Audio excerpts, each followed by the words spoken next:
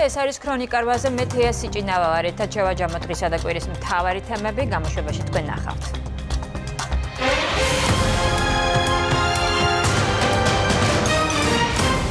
ყასტრანგაზის დაკავებული თანამშრომლები ბრალს არ აღიარებენ. ჩვენ ვითხოვთ აღკვეთი ღონისძიების არც სახე არ იქნას გამოყენებული და ალტერნატივის სახით გირაო იქნეს შეფარდებული. რას ედავება გამოძიება თორნიკე ტატიშვილსა და ვაზელ მამადიანს. ორი ტრაგედია რამდენიმე თვეში. გამოიძახეს ერთხელ ყასტრანგაზის წარმომადგენლები მოვიდნენ შემოწმეს. არ არის არაფერს პრობლემა არ აქვს. ვინ არის პასუხისმგებელი გაუმართავ გაყვანილობებზე?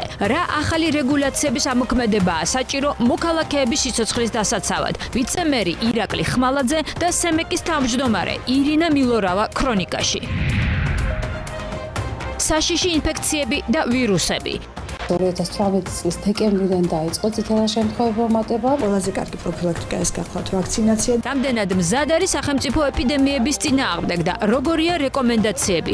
ჯანდაცვის მინისტრი დავით სერგეენკო სტუმრად ქრონიკაში.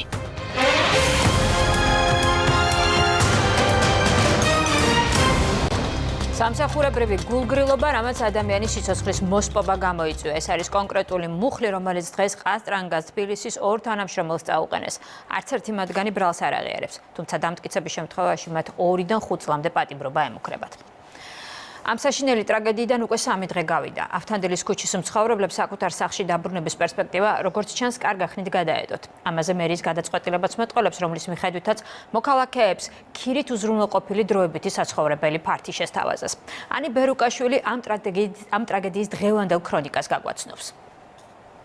ავთანდილის ქუჩაზე მომხდარ აფეთქებასთან დაკავშირებით დაკავებულების ადვოკატ საქმის მასალები დღის მეორე ნახევარში გადასცეს. უფლებადამცველმა ჯერ არ იცის რა მტკიცებულებებია საქმეში, თუმცა ამბობს, რომ დაკავებულები ბრალს არ აღიარებენ. მათ გამოძიება სამსახურებრივ გულგრილობას ედავება, რამაც ადამიანის სიცოცხლის მოსპობა გამოიწვია. ბრალის დამტკიცების შემთხვევაში კი 2-დან 5 წლამდე პატიმრობა ემუქრებათ. წარით გინათ ბრალი ჩემი დაცვის ქვეშ მყოფებს 220 მუხლის პრიმა 220 მუხლით რაც ითვალისწინებს გულგრილობას და სავარაუდოდ ეხლა მიდის გამოძიებელი შუამდგომლობის შესატანად ახლა ღონისძიებას დაკითხეს და რა პოზიცია? არ დაკითხულა არც ერთი ბრალდებული, არ ცნობენ თავს დამნაშავედ. ჩვენ ვითხოვთ აღკვეთი ღონისძიების არც ერთი სახე არ იქნას გამოყენებული და ალტერნატივის სახით გირაო იქნეს შეფარდებული. აღიარებ თუ არა დანაშაულს 28 წლის თორნიკე ტატიშვილი და 62 წლის ვაზელ მამადიანი ორდღიანი საგამოძიებო მოქმედებების შემდეგ გუშინ დააკავეს. გამოძიების ინფორმაციით ყასტრანგაზის სწრაფი რეაგირების ჯგუფის თანამშრომლების დაკავების საფუძველი გაზგაყვანილობის სისტემის არაჯეროვანი შემოწმება გახდა, რასაც კორპუსში აფეთქება და მსხვერპლი მოჰყვა. ყველა წესის დაცვით შეამოწეს ყველაფერი და არ დაფიქსირდა იქ. არც სუნი, არც აპარატმა არ ჩვენა არაფერი, წამოვიდნენ სხვა იმაზე გამოძახებაზე. ანუ აპარატით იყვნენ მისული და აპარატმა არაჩვენა. აპარატმა არაჩვენა იქ, იმის მერე იყვნენ სხვაგან გამოძახებაზე, აპარატმა იქ აჩვენა, მოხდა რეაგირება. აქ არაჩვენა. დავიარეთო ფეხით პირველიდან მე-9 სართულამდე ყველაფერი შემოწმეთ, არ იყო სუნი. აფეთქების ადგილზე კი ექსპერტები და საგანგებო სიტუაციების მართვის სამსახურის თანამშრომლები ამ დრომდე მუშაობენ. ამჟამად ზარალის დათვლა მიმდინარეობს. შემდეგ კორპუსში გამაგრებითი სამუშაო დაიწყება. საბურთალოს გამგეობის გადაწყვეტილებით 33 ოჯახს ქირით გაიყვანენ. პრიორიტეტული კი ის ოჯახები იქნებიან, რომელთაც მცირეწლოვანი და სკოლის ასაკის ბავშვები ჰყავთ. სამხარეულის ექსპედიციის ბიურომ დაიწყო მუშაობა გუშინ მდგრადობასთან და ზარალის ანაზღაურების მიმართულებით და რამოდენიმე დღეში გექნება მათი ოფიციალური დასკვნა. ამ დასკვნის შემდეგ მოხდება ტერიტორიის დასუფთავება, კომუნიკაციების ნახვა და იმის შემდეგ დაიგეგმება უკვე გამაგრებითი ან სხვა სამუშაოები, რომელიც უნდა ჩატარდეს. ავთანდილის ქუჩაზე ტერიტორია ამ დრომდე გადაკეტილია, თუმცა დაზარალებულებმა დღეს აფეთქების შედეგად დაზიანებულ ბინებში შესვლა შეძლეს და საჭირო ნივთები გამოიტანეს. ექსპერტიზამ დადოს თავის შედეგები და შემდეგ წავა სარემონტო სამუშაოები და შემოგასახლებენ თუცა გაკეთება. ჩემი ბინა კი კორპუსი ეს მონუმენტები და საყრდენები არის იდეალურ მდგომარეობაში ექსპერტიზამ რაც დაადასტურა. დიდდიღომში საცხოვრებელი კორპუსი 16 იანვარს აფეთქდა. დაიღუპა 4 და დაშავდა 8 ადამიანი. დაშავებულების უმეტესობა კლინიკებიდან მეორე დღესვე გაწერეს. ამჟამად მკურნალობას იაშვილის სახელობის კლინიკაში მხოლოდ 4 წლის გოგონა განაგრძობს. მის სიცოცხლეს საფრთხე არ ემუქრება. Ამ ტრაგედიის 4 მსხვერპლი, მათ შორის ერთი ბავშვი დღეს ქაშვეთის ეკლესიაში გადაასვენეს, სადაც სამოქალაქო პანაშვიდი გაიმართა. გარდაცვლილთა ოჯახის წევრებს მიუსამძიმრა ქალაქის მერმა ქაშვეთში კათოლიკოს პატრიარქის მიბრძანდა და სულის მოსახსენიებელი პარაკლისი გადაიხადა.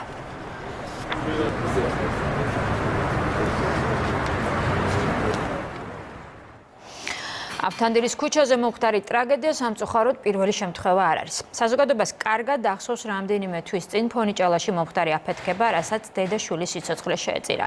იქაც აფეთქების მიზეზი ბუნებრივი აირი იყო. ვინ და რა სიხშირით ამოწმებს ქალაქის უსაფრთხოებას ამ მიმართულებით? მუშაობენ თუ არა შესაბამის უწყებებში კვალიფიციური კადრები? ვინ აკონტროლებს ან უნდა აკონტროლებდეს ამ მიმართულებას? რა რეგულაციები სჭირდება დედაქალაქს და არა მარტო დედაქალაქს, რომ შინ თავი დაცულად ვიგრძნობთ?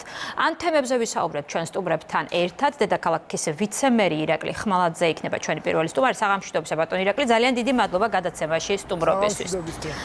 რამდენიმე დღე გავიდა ამ ტრაგედიიდან, მაგრამ მე როგორც აღვნიშნე, ეს არ არის პირველი შემთხვევა სამწუხაროდ, როდესაც გაზის დაგროვების შედეგად, აფეთქების შედეგად მოქალაქეები იღუპებიან ამ ქალაქში.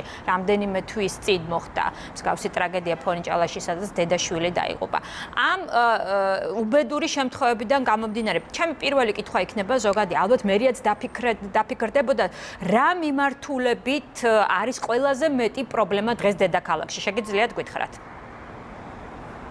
პირველ რიგში სანამ ამ კითხვაზე გიპასუხებდეთ, ალბათ მნიშვნელოვანია საზოგადოებასაც მივაწევთ ინფორმაცია, რომ ლაბორატორიული და საექსპერტო კვლევები და სამუშაოები დასრულებულია და ამის შედეგად დადგენილია, რომ დიდი ღომში მომხდარ შემთხვევიდან გამომდინარე და შედეგად არ არის დაზიანებული შენობის მზიდი კონსტრუქციები და პრაქტიკულად შეიძლება უკვე ძალიან მალე იქ აღდგენითი სამუშაოების დაწყება. როგორც ჩვენ ანუ კორპუსი საცხოვრებლად ვარგისია, ამის თქმა გსურთ, ხო? ამ ლაბორატორიული კვლევების შედეგად დადგინდა, რომ კორპუსი საცხოვრებლად ვარგისია. გრადობის კუთხით. დიახ. დიახ, შენობა გრადობის კუთხით ვარგისი არის ნამდვილად, მაგრამ საცხოვრებელ კონდიციამდე რო აღვადგინოთ, ამას ჭირდება სამუშაოები, რაზეც თბილისის მერია უკვე მობილიზებულია, როგორც კი იქ სამძებრო და კვლევითი სამუშაოები დასრულდება და შესაძლებელი იქნება უკვე სამუშაოების დაწყება, ჩვენ არც ერთ წუთს არ დავკარგავთ და უკვე ჩვენი კონტრაქტორები მზად არიან, მობილიზებულები არიან, რომ უმოკლეს დროში მოხდეს აღდგენითი სამუშაოები და ადამიანები დაუბრუნდნენ, რაც შეიძლება მალე თავიანთ საცხოვრებელ ადგილებს. ამ სამუშაოებს დააფინანსებს თბილისის მერია და ყველანაირად დაუდგებით ჩვენ დაზარალებულ მოქალაქეებს. გვერდში თქვენ იცით, რომ 4 დღეა უკვე ამ სამწუხარო შემთხვევიდან გასული და ამ ხნის განმავლობაში ეს ადამიანები ჩვენს მიერ გაყვანილები არიან სასტუმროში, იქნებიან ამდენხანსაც ამის საჭიროება იქნება და არ დავკარგავთ არც ერთ წუთს, რაც შეიძლება მალე აღუდგინოთ მათ თავიანთი საცხოვრისი. ეხლა რაც შეეხება ზოგადად ტრაგედიაზე და ასეთ შემთხვევებზე პრობლემატიკაზე საუბარს, მე არ შეიძლება ყველა შემთხვევის ერთმანეთზე შედარება და ცალკეულ შემთხვევებიდან უნდა აუცილებლად გამოვიდეთ. ამისთვის საჭიროა დასრულდეს საგამოძიებო პროცესები, რომ უშუალოდ მივადგეთ იმ პრობლემას, თუ რაში იყო პრობლემა ცალკეულ შემთხვევაში. ეხლა ფონიჭალის შემთხვევაში სხვა გარემოებაა, დიდი ღომში აბსოლუტურად სხვა გარემოებაა. მე ხა 2-3 დღის განმავლობაში ხშირად მეკითხებიან, რომ აპირებ თუ არა რეგულაციების გამკაცრებას და ასე შემდეგ. თუ პრობლემა რეგულაციებშია, რა თქმა უნდა გავამკაცრებთ. მაგრამ მე პირადად ჩემს გეტყვით, რომ ამ შემთხვევაში ეჭვი მაქვს, რომ აქ რეგულაციების პრობლემა არ იყო, ამ შემთხვევაში პრობლემა იყო კონკრეტული პირების, პასუხისმგებელი პირების დაუდევრობა, რომელმაც ასე ტრაგიკულ შედეგამდე ამ პასუხისმგებელ პირებსაც ხო უნდა მოუთხოვოთ პასუხი, როდესაც ასე დაუდევრობასთან გვაქვს საქმე, შესაბამისად რეგულაციებიც უნდა არსებობდეს, ხო? რომ რამდენად ისინი კვალიფიციურები არიან კონკრეტული საქმის ჩასატარებლად, რამდენად მათ ხელეწიფებად კონკრეტული პრობლემის მოგვარება. სწორედ ეს ყველაფერი ერთად ალბათ ექვემდებარება, ხო, შემდეგ რეგულაციებს. ამიტომ გახშირდა საუბარი რეგულაციებთან დაკავშირებით. შეიძლება შინაარსობრივ, ან შეიძლება რაღაც დეტალებში განსხვავება იყოს ფონიჭალასა და დიდი ღომს შორის მომხდარ ტრაგედიებს შორის, მაგრამ შინაარსი ხო ერთია, ორივეგან ბუნებრივი აირის გაჟონვამ გამოიწვია ის უბედური შემთხვევა, რომელიც სახეზე გვაქვს. ანუ პრობლემა ამ მიმართულებით გვაქვს. მე ვეცდები ხა თქვენ ზუსტი პასუხები გაგცეთ, ცოტა ხარვეზებით მოდის ხმა, მაგრამ რამდენადაც მე გავიგე ხა მეკითხებით ამ კონკრეტული პასუხისგებელი პირებიდან გამომდინარე საკითხებს და ეხა ფონიჭალის შემთხვევაში იქ არ მომხდარა გამოძახება და იქ არავინ არ მისულა და არ უთქვამს, რომ ყველაფერი რიგზია. იქ ეხა აბსოლუტურად სხვა პრობლემა იყო, იქ შეიძლება დაუდევრობა ის იყო, რომ არ გამოიძახეს თავის დროზე. ან გაზის სისტემა იყო თვითნებურად მიერთებული, ან უსაფრთხოების წესების დარღვევით. მიუხედავად იმისა, რომ გაზგამანაწილებელი კომპანიების თავაზობენ მომხმარებლებს ამ სერვისს, ეს არის უსაფრთხოების საკითხები, ხო? ჩვენ შეგვიძლია გამოვიძახოთ კომპანია, მოვიდნენ შეამოწმონ და ნახონ რა მდგომარეობა არის და თუ გვაქვს თქვა რაიმე პრობლემა ქსელზე, მოხდეს ამისი გამოსწორება. ეხლა ამისი გაიგივება დიდი ღომის შემთხვევასთან არაფრით არ შეიძლება, იმიტომ რომ იმ შემთხვევაში იყო გამოძახებული და კონკრეტულმა პირებმა ვერ დაადგინეს ის, რაც უნდა დაედგინათ. მე ხარ სრულყოფილ პროცესებზე რო ვისაუბრო, უადგილო იქნება, იმიტომ რომ ყველაფერი რო სრულყოფილი ყოფილიყო და ყველაფერი გაეკეთებინა, რაც მისი მოვალეობა იყო, ხო? ეს შემთხვევა არ უნდა დამდგარიყო, ფაქტია.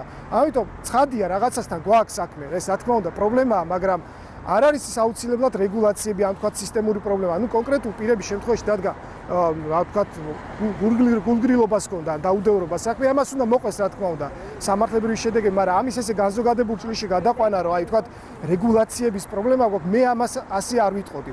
ნებისმიერ შემთხვევაში აუცილებელია დაველოდოთ საგამოძიებო პროცესის დასრულებას, იმიტომ რომ გავიგოთ რა არის პრობლემა, იმისთვის რომ მოვაგვაროთ საკითხი და მივიღოთ თქვა იდეალური უსაფრთხოება, ну, უნდა ვიცოდეთ რაში ქონდა პრობლემა, მაგრამ აქ კიდევ ერთი რამე უნდა ვიცოდეთ ჩვენ ყველამ, რომ მივახციოთ იდეალურ უსაფრთხოებას, არ არის ეს აუცილებლად მხოლოდ რეგულაციების საქმე. ასევე არ არის მხოლოდ თქვათ გაზგამანაწილებელი კომპანიების მხრიდან კვალიფიცირების საქმე. მომხმარებლებსაც გვევალება ჩვენი უსაფრთხოებაზე ზრუნვა და ჩვენ თვითონვე უნდა მოვახდინოთ ჩვენი გაზის სისტემების სწორი ექსპლუატაცია, სწორი მონტაჟი, უნდა გადავამოწმოთ აუცილებლად. აბსოლუტურად გეთანხმებით, ბატონო, მაგრამ მონტაჟი სწორად რომ მოხდეს, ანუ მე აბსოლუტურად გეთანხმებით, რომ მოქალაქის თვითშეგნებაც უნდა იყოს მაღალი, როდესაც კონკრეტულ საკითხებთან დაკავშირებით გვაქვს საქმე, მაგრამ მოქალაქემ რაქნას, როდესაც მას შეიძლება ხარისხიან სერვისს არ თავაზობენ ის კომპანიები, რომლებმაც უნდა უზრუნველყოთ ჩვენი გაზმომარაგება. თქვენ თქვით, რომ შეიძლება თვითნებურად დამონტაჟებული გაზქურა იყო, ან გაზის გამათბობელი იყო ფონიჭალის შემთხვევაში. ეს თვითნებურად დამონტაჟებული ხო პრობლემაა. ამასაც ხო გარკვეული რეგულაცია ან რაღაც არ ვიცი, რაღაც ჩარჩოში მოქცევა სჭირდება იმისთვის, რომ ეს თვითნებური დამონტაჟება არ მოხდეს, ან კვალიფიციური, ესე ვთქვათ, მომსახურე პერსონალი იყოს, რომელსაც მე უფრო მეტად ვენდობი. ამას გულისხმობ რეგულაციებში და არავინ არ ამბობს იმას, რომ ბიზნესს უნდა დააწვეს ეს რეგულაციები ზედმეტ თვითად, რომ ბიზნესმა ვერ შეძლოს განვითარება ვერ შეძლოს. თია ზუსტად ამაზე ვსაუბრობ. ჩვენ რომ მივიღოთ უსაფრთხოების საკმარისი დონე, საჭირო არის რამდენიმე კომპონენტი, უნდა იყოს რეგულაციაც, უნდა იყოს კვალიფიციური მომსახურებაც და ჩვენს დაკვირვებულები უნდა ვიყოთ. კიდევ ერთხელ ვიმეორებ, რომ სრულყოფილი არ იყო პროცესი, დიდი ღომის შემთხვევაში ეს სრულყოფილი ყოფილიყო, ეს შემთხვევა არ უნდა მომხდარიყო. ცხადია, ამიტომ ვამბობ, რომ უნდა მოხდეს გამოძიების დასრულება, რომ გავიგოთ რაში იყო პრობლემა და აღმოვხვრათ ეს პრობლემა. ბატონო ჟაკლი, თქვენ რამდენჯერმე ახსენეთ გამოძიებას, სხვათა შორის ფონიჭალის შემთხვევასთან დაკავშირებით გამოძიება საკმაოდ გაიწელა. ხომ არა გაქვთ რაიმე ინფორმაცია ამ გამოძიებასთან დაკავშირებით და რატომ მოხდა გაჭიანურება? სამწუხაროდ ამაზე მე ინფორმაცია არ მაქვს, უნებას დამთავრდ, მე მხოლოდ მერიის ჭრილში შემიძლია ვისაუბრო ამ თემაზე. ფონიჭალის შემთხვევაში აღდგენითი და გამაგრებითი სამუშაოები უკვე მიმდინარეობს. ეს ადამიანები, ვინც დაზარალდნენ, ეხა ფონიჭალის შემთხვევა მხედველობაში გაყვანილები არიან დროებით საცხოვრებელში, ამის უზრუნველყოფას თბილისის მუნიციპალიტეტმა მოახდინა უახლოეს პერიოდში. დასრულდება და ეს ადამიანები დაუბრუნდებიან. სამწუხაროდ იმ ტრაგედიას არაფერი ეშველება, როგორც კი გამოირკვევა რაშია პრობლემა, რა თქმა უნდა, ყველამ ეს შეიძლება მარტო თბილისის მერია საკმარისი არ იყოს, იმიტომ რომ თბილისის მერია არ არის გაზის სისტემის გამართულად ფუნქციონირებაზე არც პასუხისგებელი, არც კვალიფიკაცია აქვს მერიას ამისთვის საკმარისი და ამისთვის არსებობენ გაზგამანაწილებელი კომპანიები, არსებობენ სხვა სტრუქტურები, სახელმწიფო სტრუქტურები, რომლებიც ადგენენ უსაფრთხოების წესებს და ითხოვენ ამ უსაფრთხოების წესების შესრულებას. ყველაზე მნიშვნელოვანი სტრუქტურა და სუბიექტი ამ შემთხვევაში არის თვითონ გაზგამანაწილებელი კომპანია, რა თქმა უნდა, დენის შემთხვევაში ელექტროგამანაწილებელი კომპანია. ჩვენ ამაზე შემდეგ გვექნება საუბარი ჩვენ შემდეგ სტუმართან, სენაკის თავმჯდომარე იქნება ჩვენი სტუმარი, მაგრამ მანამდე კი ბატონო, შეიძლება უშუალოდ მერის კომპეტენცია ეს არ არის, მაგრამ რამდენიმე დეტალი კიდევ გაჩნდა, გამოიკვეთა ამ ტრაგედიების დროს, აი მაგალითად, როგორც გახდა ცნობილი, ელექტრომატარებლების გამართულობა არ არის მიბმული შენობის ექსპლუატაციაში მიღებასთან. მე მესმის თქვენ რამდენჯერმე თქვით, რომ რეგულაციების მომხრე არ ვართ, მაგრამ ხომ არ ფიქრობს მერია ამ მიმართულებით? სწორი აქცენტი გააკეთეთ, ახლა ექსპლუატაციაში შენობის მიღება აბსოლუტურად სხვა პროცესია გაზის სისტემის ექსპლუატაციაში მიღებისგან განსხვავებით. თბილისის მერიას ეს კორპუსი, საცხოვრებელი კორპუსი არ ქონდა ექსპლუატაციაში მიღებული, თუმცა 3 დღის განმავლობაში უკვე დოკუმენტი მომზადებული იყო, უნდა გაცემულიყო, იმიტომ რომ ეს პროცესი ბოლოში იყო გასული და ბევრჯერ ვთქვი და კიდევ ერთხელ მინდა გავიმეორო, რომ ექსპლუატაციაში მიღების მიუხედავად ეს შემთხვევა შეიძლება მაინც მიგვეღო, იმიტომ რომ ექსპლუატაციაში მიღებით არ დგინდება, რამდენად უსაფრთხოდ არის გაზის სისტემა გაყვანილი. შეხედულობაში მაქვს შენობის ექსპლუატაციაში მიღება. იმიტომ რომ აი ხა ნახეთ, დიდი ღომის შემთხვევაში ზუსტად ესეთი შემთხვევა ქონდა, რომ ექსპლუატაციაში არ იყო შენობა მიღებული, მაგრამ გაზის სისტემა იყო ექსპლუატაციაში მიღებული, ჩაბარებული ქონდა გაზის ქსელი. გაზგამანაწილებელ კომპანიას მიერთებულები იყვნენ, მომხმარებლები აბონენტებად იყვნენ რეგისტრირებული და დარიცხვა და მოხმარება იქ მიმდინარეობდა. ანუ ეს არის აბსოლუტურად ერთმანეთისგან დამოუკიდებელი პროცესები. ეხლა თქვენ მე კითხავთ ამისვით, რამდენად ხედავთ იმის აუცილებლობას, რომ ერთმანეთის ბმაში იყოს მიღებას მიებას. დიახ. აი მეთია ძალიან გამიჭირდება ეხლა გიპასუხოთ პირველ რიგში ის რომ რამდენად ეს რომ ამასთან მასში ყოფილიყო ამ შედეგს არ მივიღებდი და ზოგადად ეს რამდენად სიტუაციას გამოასწორებს. მაშინ ეს იმას ნიშნავს რომ ექსპლუატაციაში მიღების დროს უნდა მოხდეს გაზის ქსელის ასე ვთქვათ უსაფრთხოების დადგენა. მაშინ ძალიან ბევრი პროცესის უკუსლა მოგვიწევს და ცოტა გამიჭირდება ამაზე მსჯელობა, მაგრამ კიდევ ერთხელ ვამბობ თუ ამის საჭიროება დადგა, ჩვენ ამაზეც მზად ვართ, თუმცა დღეს ამის თქმა, რომ აი ეს იყო ამისი მიზეზი, ეს არის შეუძლებელი, თუ ვინმე ამას ამტკიცებს, ეს არა, ეს უბრალოდ დამეთანხმებით ალბათ, რომ ჩვენ ყველანი შეშფოთებულები ვართ იმ სტატისტიკით, იმ სურათით, რომელსაც ხედავთ, ხო, ბოლო თვეების განმავლობაში. და ამიტომ ვეძებთ მეტ კითხვაზე პასუხს, როგორ უფრო უსაფრთხო გავხადოთ ჩვენი ცხოვრება ჩვენ საკუთარ სახლებში. აი თქვენ ახლა ახსენეთ, რომ ექსპლუატაციაში არ იყო შესული ეს კორპუსი, მაგრამ იქ უკვე ცხოვრობდნენ ხო მოქალაქეები. ეს რეგულაცია გაუქმდა 2006 წელს. ხომ არ ფიქრობთ, რომ უნდა დაუბრუნდეს ქალაქის მერია ამ საკითხს, რომ ვიდრე ექსპლუატაციაში არ იქნება მიღებული კორპუსი, მანამდე არ მოხდეს კორპუსში ცხოვრების უფლება არ იყოს გაცემული. თეა, მოდი ესე ვთქვათ, რანუ ექსპლუატაციაში მიუღებელ კორპუსში ცხოვრება კანონით აკრძალული აღარ არის სამწუხაროდ ეს ცვლილება შევიდა 2009 წელს. რა თქმა უნდა, ეს კარგი არ არის. ექსპლუატაციაში კორპუსის მიღება ბევრ საკითხთან არის დაკავშირებული და უმჯობესია კორპუსი იყოს ექსპლუატაციაში მიღებული და მერე შესახდეს ადამიანი, მაგრამ 2009 წელს, როდესაც ეს ცვლილება იქნა შეტანილი, ამის შემდეგ უკვე მასიურად ხდება ექსპლუატაციაში მიუღებელ კორპუსში ცხოვრება, ხო? ანუ ჩვენ გვაქვს ალბათ 10,000-ობით ოჯახები, რომლებიც ექსპლუატაციაში მიღებამდე ცხოვრობენ კორპუსში. ასევე მისვამენ კითხვებს, რატო არ აღადგინეთ თუ ეს არასწორია. ეთქე როგორ წარმოგიდგენთ ეხლა ეს სამართლებრივად უკან დაბრუნება ამ პროცესის და დღეს ეხლა აი ამ შემზღუდავი ნორმის შემოღება მე პრაქტიკულად შეუძლებელი მგონია და სწორად არ მიმაჩნია, იმიტომ რომ ეს ადამიანები ვინც ცხოვრობენ ახლა ამ კორპუსებში, ანუ გამოასახლო ან აპრიორში უნდა უთხრა, რომ თქვენ უკანონოდ ცხოვრობთ ამ კორპუსში. კარგი იქნებოდა და არც ერთ შემთხვევაში არ უნდა მომხდარიყო ეს ცვლილება და 2009 წელს ეს ცვლილება რაც შევიდა, ეს იყო ცუდი, რა თქმა უნდა.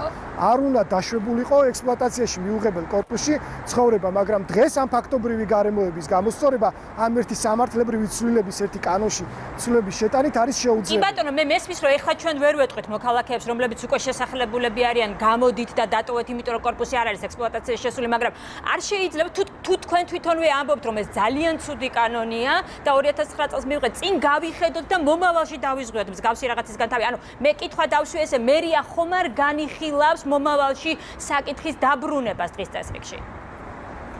ჩვენ შეიძლება განვიხილოთ ეს საკითხი და ამაზე რა თქმა უნდა მსჯელობა გქონია ამ ტრაგედიამდეც და ამ სამწუხარო ტრაგედიის შემდეგაც, მაგრამ კიდევ ერთხელ მინდა გითხრათ, თია, ეს არის საკმაოდ რთული. ჩვენ რო ვიყოთ ახლა 2009 წლის მდგომარეობაში, რა თქმა უნდა ამ ცვლილებას არ შევიტანდით, მაგრამ 2009 წლის შემდეგ 10 წელი გავიდა. ამ გარემოებას მოერგო ახლა ეს ფაქტობრივი მდგომარეობა და ადამიანები ცხოვრობენ. ანუ უბრალოდ ცვლილება შეიტანდა თქვა, რომ ეს უკანონოა შედეგს არ შეგიძლია, მაშინ ეს ადამიანი უნდა გამოიყვანო აქედან, ხო? იმიტომ რომ უბრალოდ ფურცელზე სხვანაირად რაღაცა დაწერო ეს შედეგს არ შეგიძლია. ის თუ არ აღასრულე, რა თქმა უნდა შედეგამდე ვერ მიგიყვას. გიდასტურებთ, რომ ექსპლუატაციაში მიუღებელ კორპუსში ცხოვრება გარკვეულ რისკებთან შეიძლება იყოს დაკავშირებული, მაგრამ მხოლოდ კანონის შეცვლა თუ ეს ადამიანები არ გამოიყვანა იქიდან, ვინმე შეუძლია მითხრას, აი რა აზრი აქვს ამას. გასაგებია. კარგი, ძალიან დიდი მადლობა. ქალაქის ვიცე-მერი ირაკლი ხმალაძე გვერდებოდა პირდაპირ ეთერში. ჩვენ ახლა რეგულაციებთან დაკავშირებულ საკითხებს და ზოგადად როგორ უნდა გავხადოთ უფრო უსაფრთხო ჩვენი ცხოვრება თუნდაც საკუთარ სახლებში, ამაზე გავაგრძელებთ სამეფოს თავმჯდომარესთან ირინა მილორავასთან. საღამოშიდობა ქალბატონი ირინა, ძალიან დიდი მადლობა გადაცემაში სტუმრობისთვის. ქალაქის ვიცე-მერმა, ქალაქის მთავრობის პოზიცია მოვისმინეთ მინდათ, რომ ზოგადად რეგულაციების წინააღმდეგია ქალაქის მთავრობა, მაგრამ ბოლო ტრაგედიებმა კიდევ ერთხელ ვამბობ, კვლავ გააქტიურა თემა, რამდენად გჭირდება რეგულაციების ამოქმედება ქვეყანაში. ისე, რომ რა თქმა უნდა ეს არ დააწვეს მძიმედ ერთად ბიზნესს, მაგრამ თავარი მაინც მოქალაქეების უსაფრთხოება, ვიდრე სხვა რა. თავარი მაინც უსაფრთხოება და მოქალაქეა, ხო ეს ყველა ცივილიზებულ სახელმწიფოში. თქვენ რა პრობლემები დაგანახათ მიმდინარე მოვლენებმა? სად არის გასამახვილებელი პირველ რიგში ყურადღება? პირველ რიგში მინდა მადლობა გადაგიხადოთ მოწვევისთვის. დიახ, ამ კონკრეტულმა შემთხვევამ და წინა შემთხვევებმაც ჩვენ დაგვანახა კონკრეტული პრობლემები და ვფიქრობთ, რომ შეიძლება გახდეს აუცილებლობა გარკვეულ რეგულაციებში მინიმუმ რაღაცა დეტალების დაზუსტების. დიახ. ორ ნაწილად გავყოთ ეს პრობლემა. ერთი პრობლემა უკავშირდებოდა კასტრანსგაზის წარმომადგენლების ადგილზე მისვლას და შემოწმებას და ამ მიმართულებით აღძრულია სისხლის სამართლის საქმე, ადამიანები არიან დაკავებულები და აქ ჩვენ ვერ დავინახეთ სიმართლე გითხრათ სისტემური პრობლემა, იმდენად რამდენადაც გავიდნენ გამოძახებაზე, შეამოწმეს სადარბაზო. პრობლემა იყო ის, რატომ არ გადაკეტეს ეს კითხვა ისმის მუდმივად, რატომ არ გადაკეტეს ცენტრალური, ასე ვთქვათ, მილი იმისთვის, რომ მთლიანად დაიცვათ კორპუსის უსაფრთხოება. ამ კითხვაზე პასუხი შეცდომა დაუშვეს თვითონ ადამიანებმა, ადამიანური შეცდომა იყო. თუ საქმე გვაქვს შეცდომასთან, ეს არის ადამიანური შეცდომა. კიდევ ერთხელ ვამბობ, თუ საქმე გვაქვს, იმიტომ რომ ეს ადამიანები ბრალს არ აღიარებენ, კვალიფიკაცია ხსენდა და მინდა აუცილებლად უნდა ვისაუბროთ კვალიფიკაციაზე. დიახ, კვალიფიკაცია ხსენდა და ერთ-ერთი მათგანი 40 წელია მუშაობს კასტრანსგაზ თბილისში, უბრალოდ მანამდე არსებულ კომპანიაში თბილგაზში.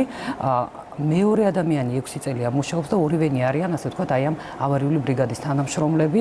აქამდე რამდენადაც ჩვენ ვიცით და ეს ინფორმაცია მივიღეთ სპეცმმართველისგან, არანაირი, ასე ვთქვათ, პრობლემა მათ საქმიანობაში არ ყოფილა. ამიტომ მიჭირს ძალიან შეფასების გაკეთება, რა მოხდა იქ ადგილზე. ხო, მაგრამ დიახ, მივიდნენ სპეციალური ხელსაწყოთი.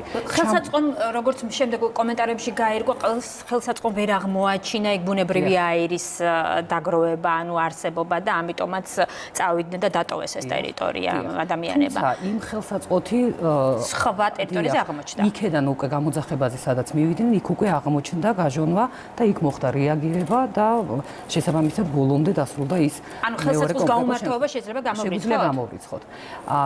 მეორე, ასე ვთქვათ, არგუმენტი, რაც ჩვენ მოვისმინეთ სპეცმმართველისგან და მე მგონი თუ არ მეშლება იგივე დაადასტურა ამ ადამიანების ადვოკატმაც, რატო არ შევიდნენ დაკეტილ ბინებში იყო ესეთი შეკითხვა. დიახ.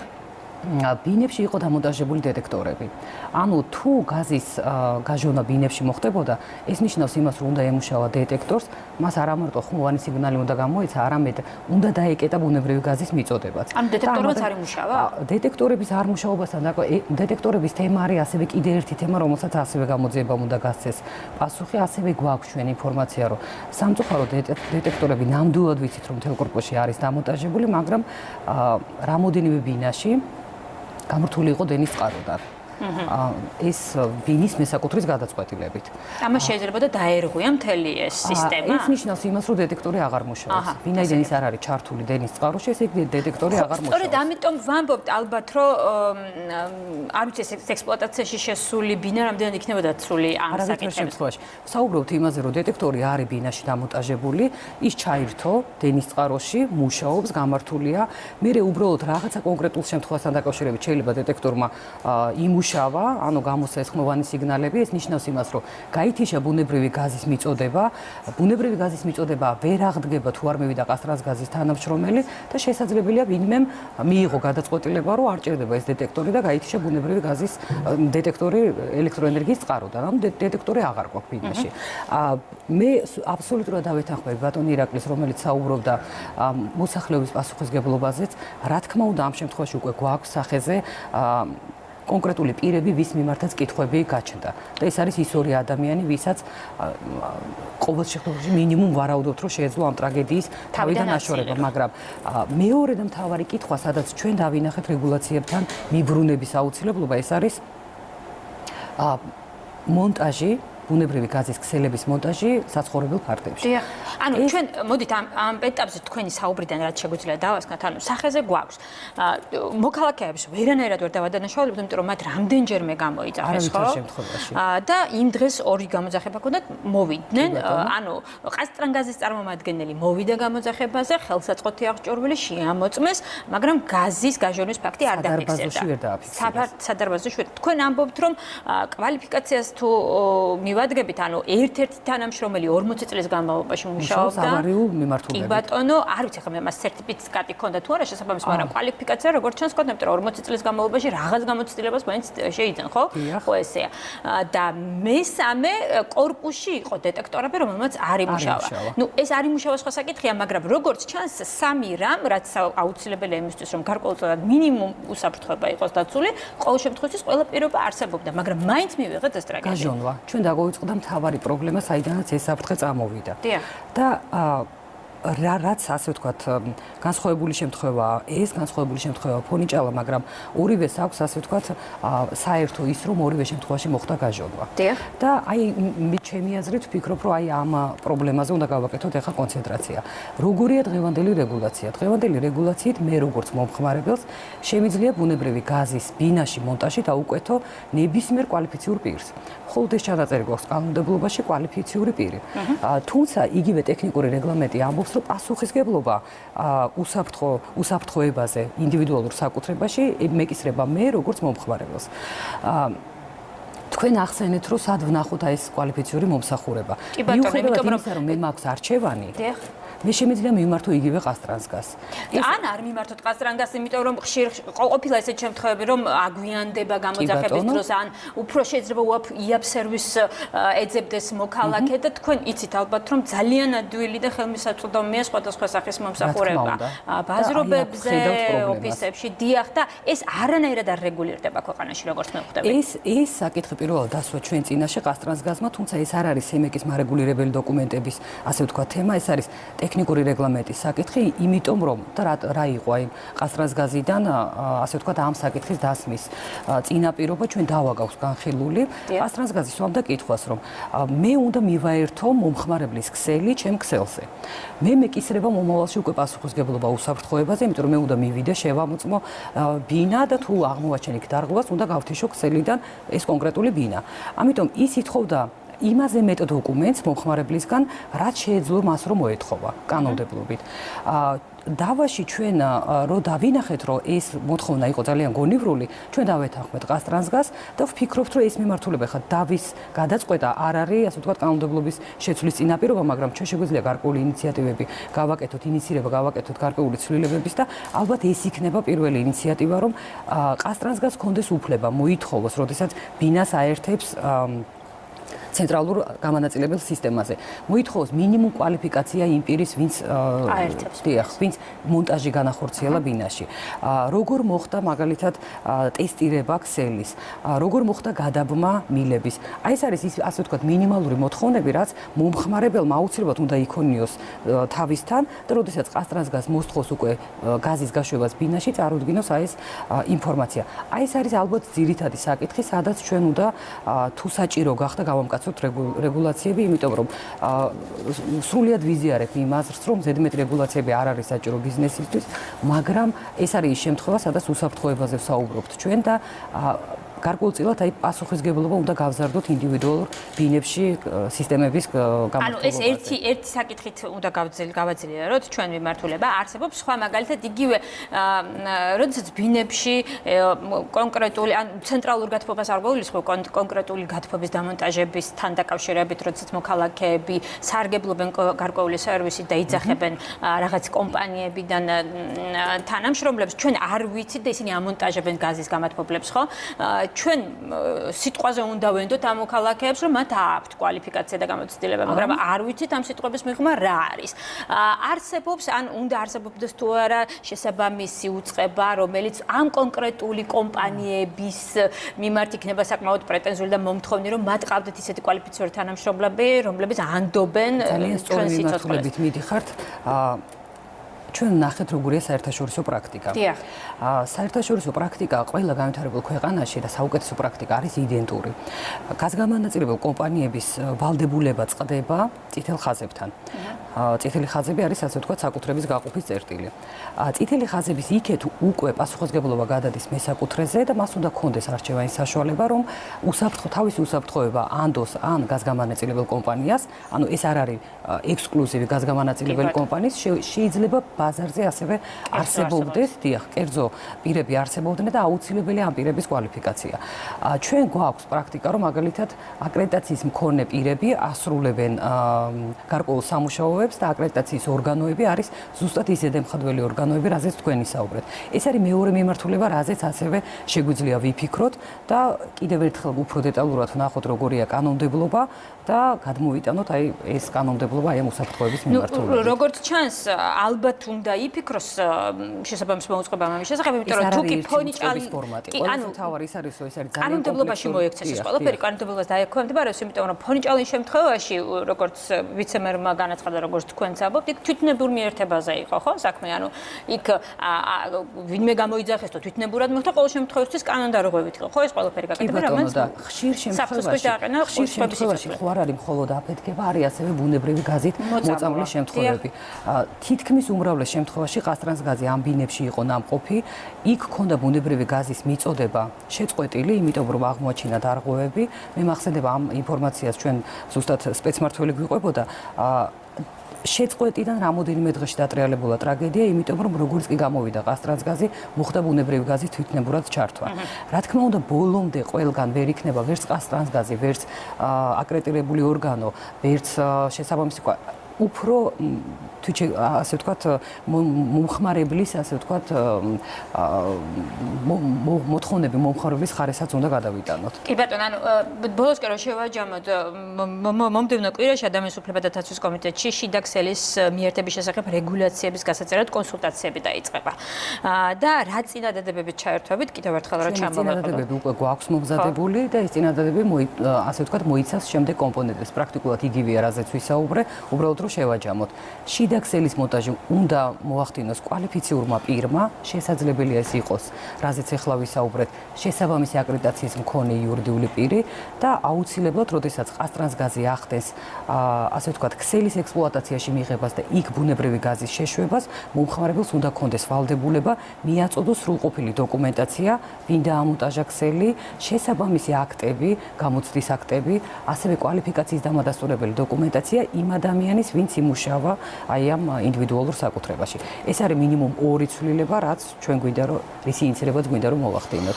კი ბატონო, გასაგებია და ბოლოს მაინც კითხავთ, რომ ენერგეტიკოსების ნაწილი ფიქრობს, რომ გაზგაყინულების მიწისქვეშა ქსელთან დაკავშირებით თბილისის სერიოზული პრობლემა აქვს და ესეთი მოსაზრებაც კი გაჩნდა, რომ თბილისი მოსახლეობაში არის ესეთი მოსაზრება, რომ დედაქალაქი თითქოს ნაღმზეა. იზიარებთ ამ მოსაზრებას? ძალიან დიდი მადლობა ამ შეკითხვისთვის. თუ ვნახავთ სტატისტიკას ყაზტრანსგაზ თბილისთან დაკავშირებით, 2007 წელს დანაკარგები, რომლის დიდი ნაწილიც არის ტექნიკური დანაკარგი, ეგრეთ წოდებული გაჟონვები, იყო 40%.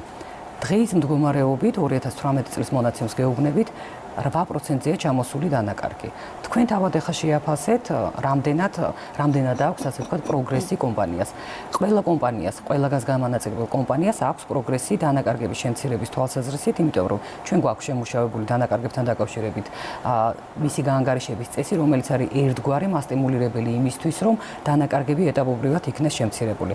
და ნელ-ნელა, ასე ვთქვათ, ჩვენს მიერ დადგენილი დანაკარგები მცირდება ისე, რომ 2%-მდე უნდა ჩამოვიდეს, ეს ნიშნავს იმას, რომ კომპანია ვალდებულია მიყვეს აი ამ მოთხოვნას, ჩამოიყვანოთ დანაკარგი 2%-მდე, ეს ნიშნავს იმას, რომ უნდა განახორციელოს ინვესტიცია, უნდა გამოცვალოს ქსელი, უნდა იმუშაოს ძალიან ინტენსიურად, წინააღმდეგ შემთხვევაში ზემნორმატიული დანაკარგი არის მისი ფინანსური ზარალი, რაც რა თქმა უნდა არც ერთ კომპანიას არ უნდა. კარგი, ძალიან დიდი მადლობა. სამეკის თავმჯდომარე ირინა მილორავა იყო ჩვენი სტუმარი. გადაცემაში რეკლამის დრო, რეკლამის შემდეგ უკვე სხვა არანაკლებ მნიშვნელოვანი თემით დაგიბრუნდებით და გველოდეთ. ეს არის ქრონიკა 8-ზე. წლის დასაწყისი საკმაოდ რთული აღმოჩნდა გრიპებისა და ვირუსების კუთხით. ერთთან იგივე ღორის გრიპთან დაკავშირებით მიმართვიანობამ იკლო და როგორც ექიმები აცხადებენ, პიკმა ამ ეტაპზე გადაიარა. მაგრამ უკვე რამდენიმე დღეა ქვეყანაში წითელას აფეთქება. ამ ეტაპზე ქვეყნის მასშტაბით წითელას 335 შემთხვევა დაფიქსირდა. ეს მონაცემი წინა წელთან შედარებით გაზრდილია, განსაკუთრებით საყურადღებო მდგომარეობა სამეგრელოში, იმერეთსა და კახეთში. გაზრდილი მონაცემების გამო სახელმწიფო თავის თავზე იღებს ყველა პირის დაფინანსებას წითელას ვაქცინაციასთან დაკავშირებით. ვაქცინაცია ყველა ჯგუფისთვის უფასოა. ჭადრაცვის მინისტრი დავით სერგეენკო უფრო დეტალურად აგვიხსნის ახლა მდგომარეობას და გაგვაცნობს რეკომენდაციებს ვირუსებთან ბრძოლის წინააღმდეგ. საღამოშიდობსა ბატონო დავით, დიდი მადლობა. ძალიან ესე ვთქვათ, ხშირი სტუმარი ხართ ჩვენს ეთერებში და ეს სტუმრობა განპირობებულია იმ მდგომარეობით, რომელიც გვაქვს მთელი იანვრის განმავლობაში. ჯერ ღორის გრიპით დაწყებული, ახლა წითელათი. მოდით წითელათი დავიწყოთ, იმიტომ რომ როგორც თქვენ განაცხადეთ, ღორის გრიპთან დაკავშირებით პიკმა გადაიარა. მაგრამ ეხლა გვაქვს აფეთქება წითელასთან მიმართებაში. მოდით გითხარით პირველ რიგში ეპიდემია როგორ უნდა განსაზღვროთ, ან რა რაოდენობით არის განსაზღვრება, რომ ეპიდემია არის ქვეყანაში? დიახ, ამას ყველაფერს მოგახსენებთ, რა თქმა უნდა, უბრალოდ ეს შესავალშევი მინდა ვთქვა, რომ ძალიან მნიშვნელოვანი არის მედიის დახმარება და მედიის ჩართულობა იმისათვის, რომ ჩვენ საშუალება მოგვეცეს, რომ ყველა კითხვაზე უპასუხოთ და ყველა განმარტება გავაკეთოთ ძალიან დეტალური. რაც შეეხება წითელას, გრიპისაგან განსხვავებით, გათვლა დაავადების სპეციფიკიდან გამომდინარე ხდება არა გარკვეული რაოდენობის მოსახლეობაზე შემთხვევების რაოდენობით, არამედ წინა წლის ანალოგიური პერიოდის ავადობასთან შედარებით. ეს შედარება აღმოჩნდა 24-ჯერ უფრო მეტი, ვიდრე წინა წლის შემთხვევაში. ესე იგი, ახლა გვაქვს 360-357 წითელათი ავადობის შემთხვევა, მაგრამ ეპიდემიოლოგიური კანონები გვეუბნება, რომ ეს არის ძალიან საყურადღებო. მით უმეტეს, რომ 2014-15-ში ქონდა ეპიდემია წითელასი, როცა 11,000 ადამიანი გახდა ავად და მით უმეტეს, როდესაც გადატანილი გვაქვს 90-იანი წლები, როდესაც ვაქცინაცია ბავშვებში იყო ჩავარდნილი, ასე ვთქვათ, და ეს არის ზუსტად საშუალო თაობა. ერთი წუთით, ანუ 2014-2015 წლებში 11,000 ადამიანი იყო დაინფიცირებული წითელათი. ეხლა ჩვენ 335 შემთხვევაზე ვსაუბრობთ, მაგრამ მაინც ეპიდაფითქება, ასე უწოდებთ? ეპიდემიოლოგია ზოგადად კლინიკური მედიცინისგან განსხვავებით ძალიან ზუსტი მეცნიერება არის და გვეუბნება, რომ გრიპის შემთხვევაში დათვალეთ 100,000 მოსახლეზე რამდენი გაქვთ ავადობა. წითელას შემთხვევაში შეადარეთ წინა წლის ანალოგიურ პერიოდს და ნახეთ რისკები. რისკები არის ევროპაში ბოლო 2 წლის განმავლობაში 51,000 შემთხვევა იყო წითელასი, 51,000 შემთხვევა. მიუხედავად იმისა, რომ მათ ეს ჩავარდნილი 90-იანი წლები არ ქონიათ. ჩვენ შემთხვევაში აი ამ რისკს, ზოგად რეგიონალურ რისკს ემატება ჩავარდნილი ვაქცინაცია 90-იანებში და ჩავარდნილი ძალიან დიდი და მნიშვნელოვანი ვაქცინაციის კამპანია 2008-ში, როდესაც მილიონი ადამიანი უნდა აცრილიყო, მაგრამ გარკვეული უარყოფითი მე ვიტყოდი მართული საინფორმაციო კამპანიების გამო აიცრა მხოლოდ 9 მილიონი.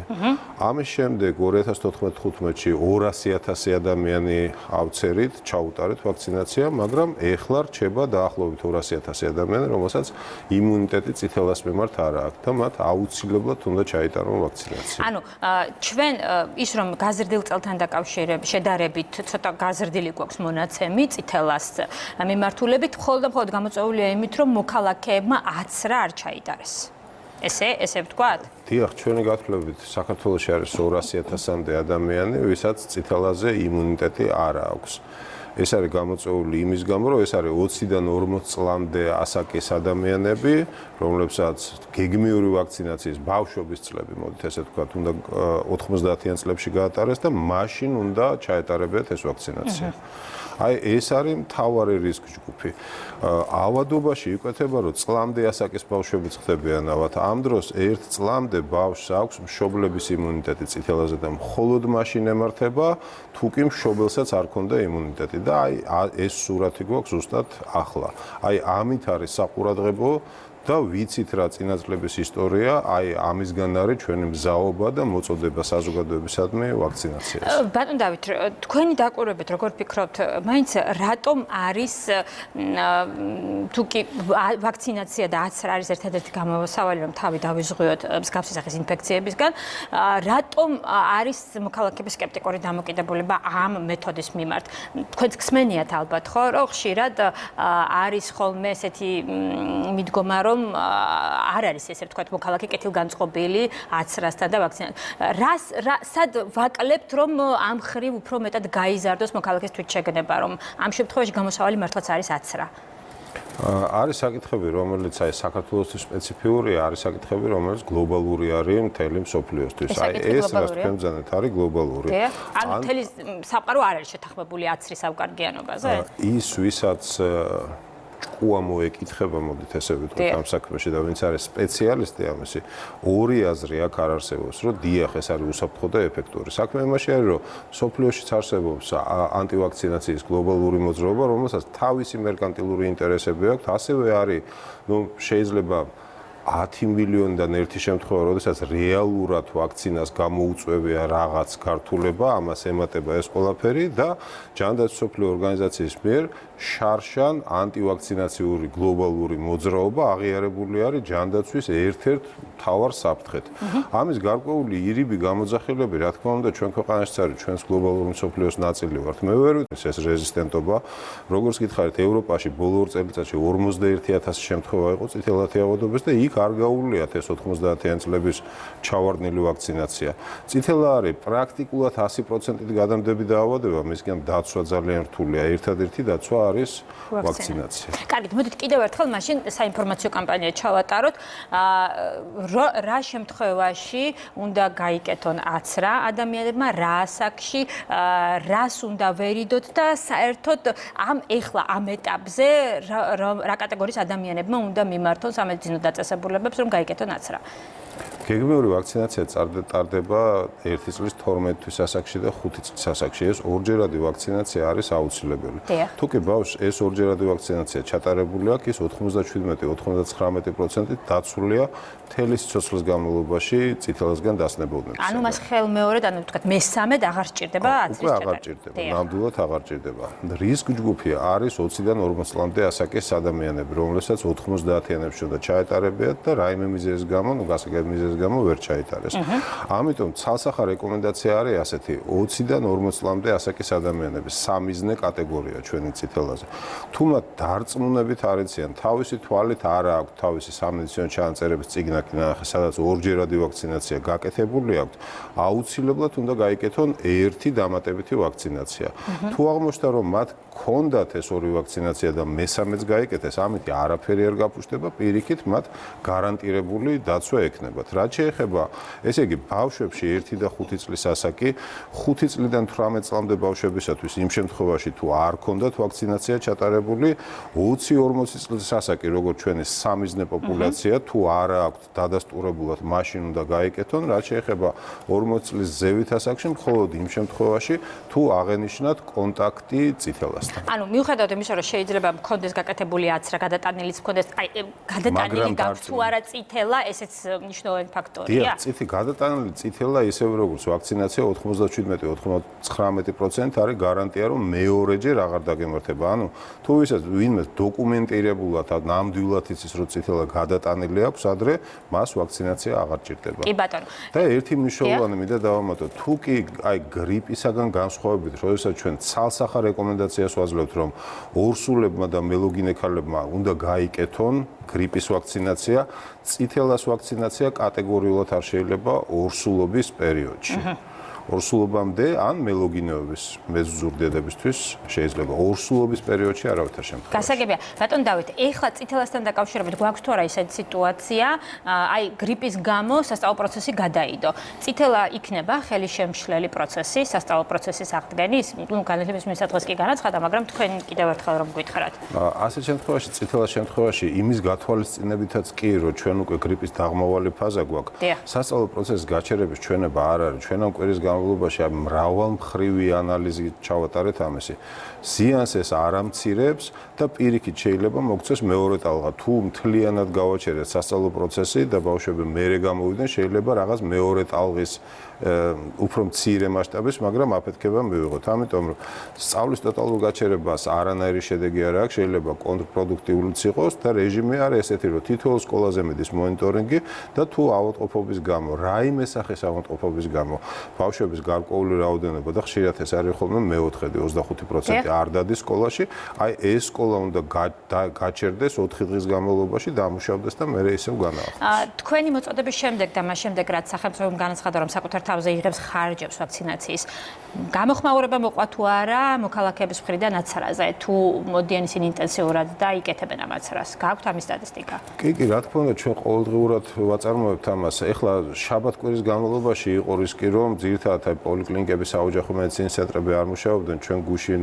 მოველაპარაკეთ და ესენი წამოვიდნენ ამ ნაბიჯზე, რომ დღეს დილიდან 10 საათამდე მუშაობენ და მხოლოდ დღის განმავლობაში, დღის პირველ ნახევარში 700 ადამიანი იყო მისული აი ამ რისკ ჯგუფის 20-40 წლის, რაც ძალიან კარგია, იმიტომ რომ წინა პერიოდში 0 იყო ასეთი მიმართვიანობა. 700 ადამიანი ძალიან კარგია. არაჩვეულებრივი, უბრალოდ მიმართვიანობა მეტი არის საჭირო.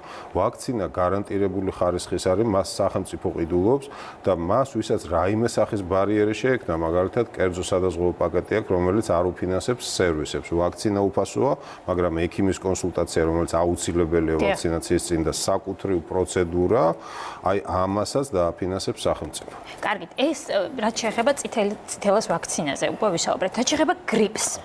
მოდით ახლა ამ ზოგადად სურათი რო გითხრათ წელს წინა წლებთან შედარებით როგორია წელს უკვე პიკი გადავიარეთ და ეხლა რა სურათი გვაქვს და შემდეგ უკვე გრიპის ვაქცინაზეც ვილაპარაკოთ.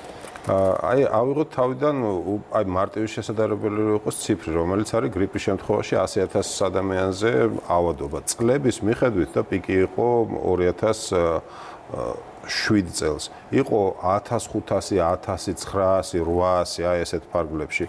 ახლა ჩვენ პიკური ქონდა 277 შემთხვევა 100,000 მოსახლეზე, რომელიც იყო დეკემბრის ბოლო კვირაში და ეს პიკი გადავლილია, მიდის შემცირებისაკენ. რაოდენობრივად ჩვენ ახლა ავადობა გვაქვს თითქმის ისეთი, რაც ქონდა შარშან წინ. განსხვავება არის, რომ მაშინ თუ სხვადასხვა ტიპის ვირუსები ცირკულირებდნენ, ახლა 98%-ში არის H1N1, რომელსაც უფრო მძიმე მიმდინარეობა აქვს, ვიდრე დაუშვათ სხვა ტიპის, B ტიპის ან AM ტიპის ვირუსებს. აი ეს არის განსხვავება ამ ჩვენი მდგომარეობის, თორე ამაზე რაოდენობრივად მეტიც ყოფილა და თვისობრივად უფრო მძიმე სურათიც გქონია. ახლა ჩვენ მივდივართ უკვე დაღმავალ ფაზაში, დღეს გვიანღამე გვექნება წინასწარი მონაცემები, რომელიც მე რამდენადაც ვიცი, კიდევ უფრო შემცირებულია, თუმცა ხაზი მინდა გაუსვა, რომ სიხშირის შემცირება ზეგავლენას არ პოულობს საკუთრივ დაავადების მიმდინარეობაზე. ამიტომ ის ყურადღება პრევენცია და სიმპტომების აღმოცენების შემთხვევაში პირველივე დღე-ღამის განმავლობაში ოჯახის ექიმთან მიმართვა ისევ ძალიან აქტუალური არის და ეს არის გარანტია ზიანის შემცირების. ეხლა გრიპთან დაკავშირებით აცრის გაკეთებას რამდენად აქვს აზრი, იმიტომ რომ ამ შემთხვევაში, როდესაც იკეთება აცრას, როგორც ცნობილია, დაახლოებით 2 კვირის განმავლობაში ადამიანის იმუნიტეტი უკვე იწდება, ხო? და ან უფრო მეტად ხდება მოწყვლადი, არა? იმუნიტეტი ამუშავდება 2 კვირაში. 2 კვირაში და ამ 2 კვირის განმავლობაში რომ დაინფიცირდეს განმავლობაში დიდი ალბათობით ფაზა მიუახლოვდება უკვე ფონურ დაავადებებს. თუმცა ეს არ ნიშნავს, რომ გრიპის შემთხვევები განოლდება საერთოდ. ეხლა ჩვენ გვაქვს გაზრდილი ავადობა. როცა ეს გადაევლის და იმედია ჩვენი გათვლებით 2 კვირაში გადაევლის, 0 არასოდეს არ გახდება. ფონური რისკი ყოველთვის რჩება. რას ნიშნავს გრიპისთვის ფონური რისკი? სეზონზე ოქტომბერ-ნოემბერში უნდა აიცრას 85% რისკ ჯგუფებისა. დანარჩენი 15% არის ორსულები და მელოგინეები, რომელსაც სეზონურობა, ასე ვთქვათ, არ ახასიათებს. ანუ ეს არის ახლა პრიორიტეტი, რომ ორსულებმა და მელოგინე ქალებმა გაიკეთონ ეს აცრა და ასევე მათ, ვისაც რაიმე გამოკვეთილი ქრონიკული ან თანდაყოლილი დაავადება აქვს. გასაგებია, ანუ დღესაც რომ მოუწოდოთ თქვენ მოქალაქებს, ანუ დღესაც მოუწოდებთ, რომ გრიპთან დაკავშირებით მოქალაქეებმა აცრა გაიკეთონ. დიახ, და პირველ რიგში ორსულებმა და მელოგინეებმა, რადგანაც აი ამ წელს მოცირკულირებაში შტამი განსაკუთრებით ძიმეთ მიმდინარეობს ორსულებში. ბატონ დავით, კი არის ამაზე ხშირად ალბათ საუბარი, მაგრამ კიდევ ერთხელ ვკითხავთ, გრიპთან დაკავშირებით მონაცემების გაზრდას კიდევ თებერვლისთვის ელის ჯანდაცვის სისტემა თუ ეს არის დამოკიდებული თეორიული აი რატომ თებერვლის ბოლოს ევროპის რეგიონში ახლა იწყება ესკალაცია შემთხვევით ჩვენ რაც გადავიარეთ ევროპაში ხდება ახლა დასავლეთ ევროპაში უკან მოყვება დაახლოებით სამკვირიანი ფაზით ასე ვთქვათ ჩვენს კი რო უკვე ჩამოვა ფონურზე ამასობაში შეიძლება წამოგვეწევს ევროპული ფაზა აი ამ მოგზაურობის და მიმოსვლის გამო რომელიც თუ მოხდა იქნება ჯერადობით ნაკლები კარგი ბოლოს რეკომენდაციების რომ ისეთ მოკალედ მოქალაქეებს წითელ შემთხვევაშიც და გრიპის შემთხვევაშიც რა გაითვალისწინოთ პირველ რიგში უნდა გაითვალისწინოთ რომ წითელა არის 100%-ით გადამდები დაავადება. წითელა განსაკუთრებით მძიმედ მიდის საშუალო ასაკის ადამიანებში. ამიტომ მათ, ვინც არ იცის დადასტურებულად, რომ ორჯერადი ვაქცინაცია ბავშვობაში გაკეთებული აქვს, აუცილებლად უნდა გაიკეთოს, რადგანაც ეს არის ერთადერთი გარანტირებული დაცვა წითელასთან. კი ბატონო, გრიპი? გრიპს რაც შეეხება, რეკომენდაციები აბსოლუტურად იგივეა, მიუხედავად იმისა, რომ ფაზა მიდის დაღმავალი. ეს არის გაციების სიმპტომების უჩვეულოდ სწრაფად, ან უჩვეულოდ აგრესიულად განვითარების შემთხვევაში. პირველი დღეღამის განმავლობაში მიმართონ ოჯახის ექიმს. ძალიან დიდი მადლობა, დავით სერგეენკო, ჩვენი სტუმარი, ვისურვოთ ჯანმრთელობა, მადლობთ იმისთვის, რომ მობრძანეთ და მიიღეთ გადაცემაში მონაწილეობა. თბილისის მერია აცხადებს, რომ ყველა ბერკეტს გამოიყენებს, რათა ვაკის პარკში სასტუმროს მშენებლობა არ დაუშვას. მერის მოადგილე მაია ბითაძე ხაზს უსვამს, რომ ახლა მთავარია მოლაპარაკებები და გადაწყვეტილება, რომელიც ქალაქის ინტერესების სასარგებლოდ უნდა მიიღონ. რაც შეეხება შპს სასტუმრო ბუდაპეშტის დამფუძნებელს გოგა ზაქაიძე აცხადებს, რომ მათ სასამართლოს ყველა ინსტანცია მოიგეს და ვაკის პარკში სასტუმრო კანონის სრული დაცვით აშენდება, რომ პროექტი ითვალისწინებს არსებული მწვანე საფარის ხელშეუხებლობას, ასევე დამატებული გამწვანებისა და პარკის ინფრასტრუქტურის მოწყობას. ჩვენ არ შეგვიძენია მიწის ნაკვეთი. ჩვენ შევიძინეთ მიწის ნაკვეთი მშენებლობის ნებართვასთან ერთად, საინვესტიციო პროექტი შევიძინეთ. ჩვენ მოვიგეთ სასამართლოები 5 წლის განმავლობაში. ძალიან ბევრი დრო დავხარჯეთ. და იმის მაგივრად რომ ქალაქის მერი ამ მთავრობა შექმნიანებოდა, დღემდე არავინ არ გამოგვქმნიანებია და ვეუბნებიან ტელევიზიით რომ ჩვენ ამას არ აგვაშენებთ, აგვართმევენ. და მე მგონი რომ ამ ქვეყანაში კერძსაკუთრება უნდა იყოს დაცული, სასამართლოს დადგენილება გადაწყვეტილება უნდა იყოს დაცული, თუ არა ჩვენ უპრობლემოდ მივმართავთ საერთაშორისო არბიტრაჟს, სადაც ჩვენ უფლებებს იგივენაირად მოვიგებთ, იმიტომ რომ ჩვენ ვართ მართლები, როგორც ქართულ სასამართლოში. ამ ეტაპზე მერია მაწარმოებს მოლაპარაკება ინვესტორთან ან ადგილმონაცვლეობაზე ან გამოსყიდვაზე ამ ნაკვეთის და ეს უნდა დაბრუნდეს პარკის ტერიტორიაში ეს ნაკვეთი. და როგორ დაბრუნდება? ეს არის მერიის თავის ატკივარი, იმიტომ რომ მერიის გაცემულია კანონდარღვევით აქ ნებართვა. გამოვიყენებთ ყველა ღონეს და ყველა სამართლებრივ ბერკეტს იმისთვის, რომ ამ ტერიტორიაზე ასეთი მასშტაბური მშენებლობა არ დაუშვათ. ეს არანაირად არ შეესაბამება პარკის მიმდებარე ტერიტორიას არსებულ განაშენიანებას, ასეთი მასშტაბური მშენებლობა ვაკის პარკის მიმდებარე დაუშვებელია და ვნახოთ მომდევნო კვირას ჩვენ გავმართავთ მოლაპარაკებებს და ძალიან დიდი იმედი გვაქვს, რომ დაბალანსებული გადაწყვეტილება იქნება მიღებული.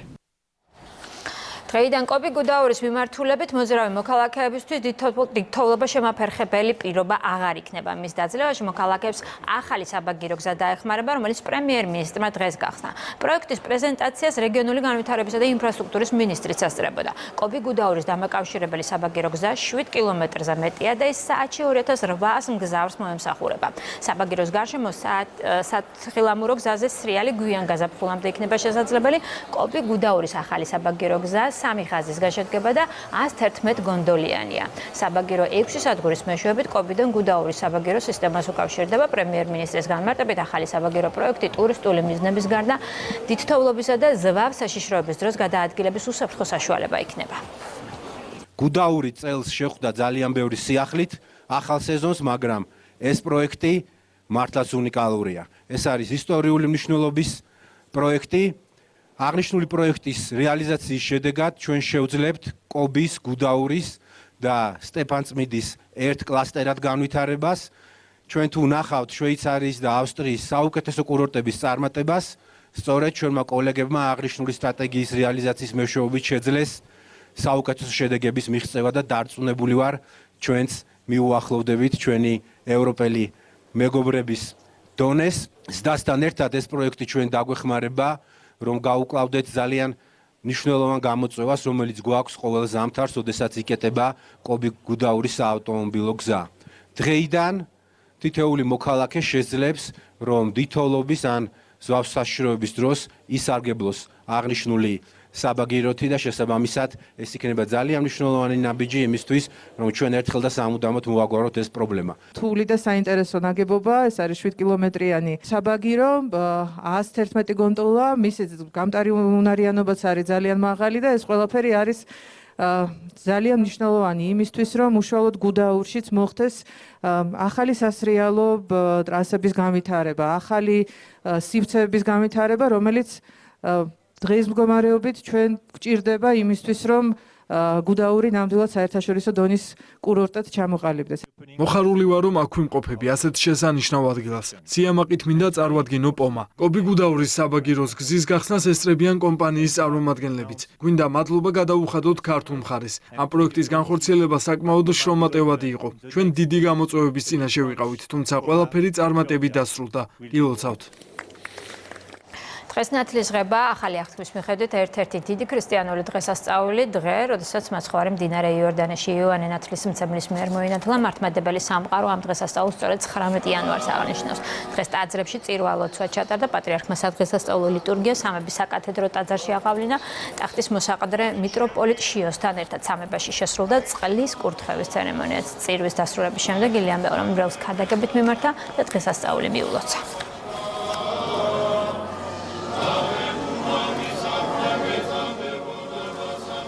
ასეთი იყო დღისა და კვირის მთავარი მოვლენები. მე შაბათამდე გემშვიდობებით. ნახვამდის.